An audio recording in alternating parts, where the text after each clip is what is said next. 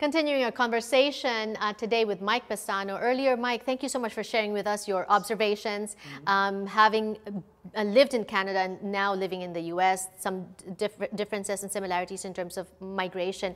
But you also, aside from your immigrant struggle, you also had a personal health struggle. Yes. Talk to us about that. Well, I had a personal health struggle. I've been fighting with weight problems since I was a child.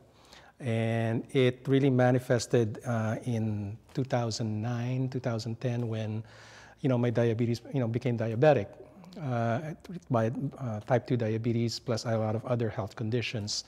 And my friend who was a doctor, he saw me, he said, "Mike, you're a ticking time bomb." And I was in denial.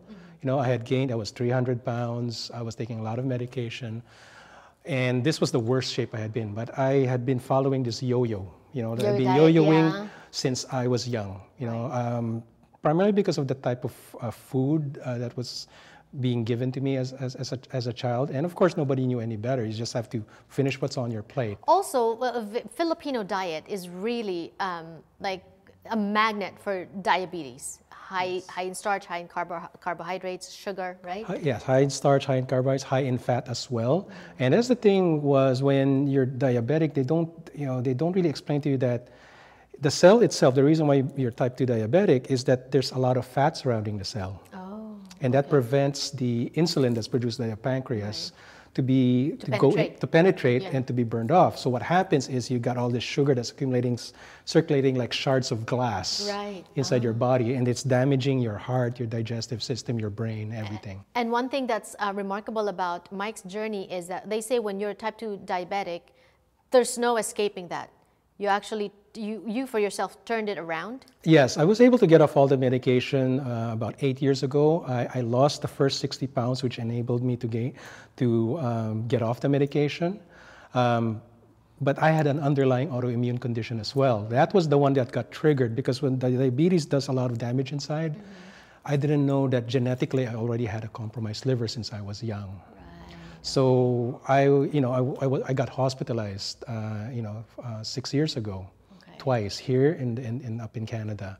And the diabetes was like the doctor said that if I had not lost the weight and got off the medication, the inflammation in my liver would have killed me because I was like, my liver function was down to about 6%, and I was almost on a transplant list. And you survived that, and now you're thriving.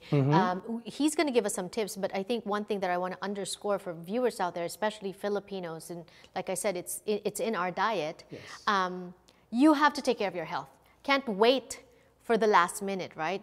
Like with you, you didn't realize until you were already in there. Yes. Right? So what do they say? Prevention is better than actually cure, right? Okay, tell us what you did. Well, what I did was I basically, took all my knowledge and I said, I owned it. You have to own your condition, right? But don't beat yourself up about it. Own your condition and accept that there are ways that you can heal it through food, and food is where you start. And you better learn about all the about the diabetes itself, because the doctors will not help you. They will only help you to a certain point. So you have to help yourself. Right. So my tip is to people right now is, it's not just about the sugar, right? It's about your fat intake. Because I have people saying, "Mike, I can't eat this because there's a lot of sugar." Okay, yeah, but you're eating a lot of pork adobo. That's a lot of fat as well. Right. So there's this misconception, this miseducation. You have to understand the component of what diabetes does inside. So my tip is, you have to watch not just your starch, not just the sugar, carbohydrates, but also the type of fat that you're getting in. Because type 2 diabetes is basically your fat cells are coating your cell. And fat, we get that from like anything oily. Yes, a lot of animal proteins, animal fat, and the diet here in the West is. And then you add Filipino diet to that. Red meat. Yeah, too much of that. You really have to own it because your medication is never going to save you. Right. There just be more medication, compounding on another medication to the point where it just overloads your body. So you have to cleanse. Did you have to do a cleanse? I basically had to cleanse in mind, body, and spirit because my attachment with food was a lot of emotional. And a lot of people that are overweight and have weight problems, a lot of it is emotional attachment, because we are so stressed here in this environment that we turn to food as a comfort without realizing that this food is actually not meant for fuel, but it's just meant to comfort this part, the head. Right.